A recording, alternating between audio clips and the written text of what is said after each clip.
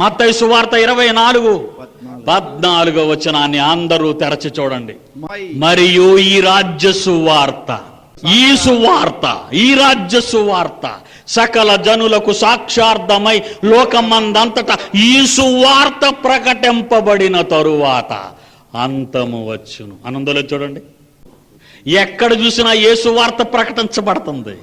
యేసు ప్రభు నమ్ముకో నీకు పరలోకం వస్తుందని బైబిల్ చెబితే, యేసు ప్రభు నమ్ముకో నువ్వు ఇల్లు కొట్టుకుంటావని ఇతడు బోధ చేస్తున్నాడు. నమ్ముకో నువ్వు స్వర్గానికి వెళ్ళిపోతావని బైబిల్ చెబుతుంటే, యేసు ప్రభు నమ్ముకో నీకు పిల్లలు పుడతారని చెప్తున్నాడు. ఇది ఎక్కడ సువార్త?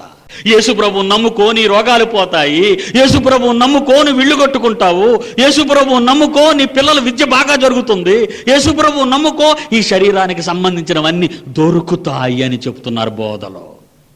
కలుషితమైన బోధ, మోసకరమైన బోధ, యేసు రాకక ముందు ప్రపంచంలో జరుగుతున్న అక్రమమైన బోధ. నా తమ్ముళ్ళు, నా అన్నలు, నా చెల్లెలు, నా తల్లిదండ్రులు, ఎందరో అమాయకులైన క్రైస్తవులు నిర్వీర్యమైపోతున్నారు. ఈ రోజున ఎక్కడికి వెళ్ళిపోతున్నారో తెలియదు. దొంగ బోధల చేత, దొంగ భక్తుల బోధల చేత, దొంగ మాటల చేత అమాయకులైన క్రైస్తవ్యం నిర్వీర్యమైపోయి ఆత్మీయంగా నిత్య జీవానికి వెళ్లే మార్గం కోసం కాకుండా శారీరకంగా సుఖాలు సంప్రాప్తం అవుతాయని, రోగాలు పోవడానికి ప్రభువును నమ్మమని లేనిపోని తప్పుడు బోధలు చేసి నమ్మించి మోసపోతున్న ఎంతో మంది అమాయకులను బాగు చేయటానికి ఈ సుందర్రావు మీ మధ్యకు వచ్చాడే తప్ప మీ కానుకల కొరకు, మీ డబ్బు కొరకు, మీ చందాల కొరకు దేనికి నేను రాలేదు. 60-70 ఏళ్ళు ఈ పాప జీవితంలో ఈ శరీరంలో బ్రతికే ఈ బ్రతుకు కోసం ఒక రోగాలు పోతాయనో, 4 రాళ్లు వస్తాయనో, 5 సమస్యలు తీరిపోతాయనో యేసును నమ్మటం ఎంతవరకు న్యాయం? మీకు పరలోకం కావాలా? మీ జ్వరం పోవాలా?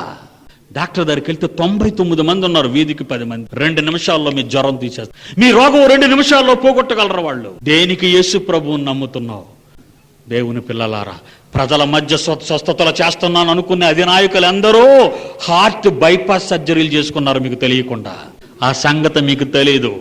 మీరు అమాయకులు, మోసపోతున్నారు.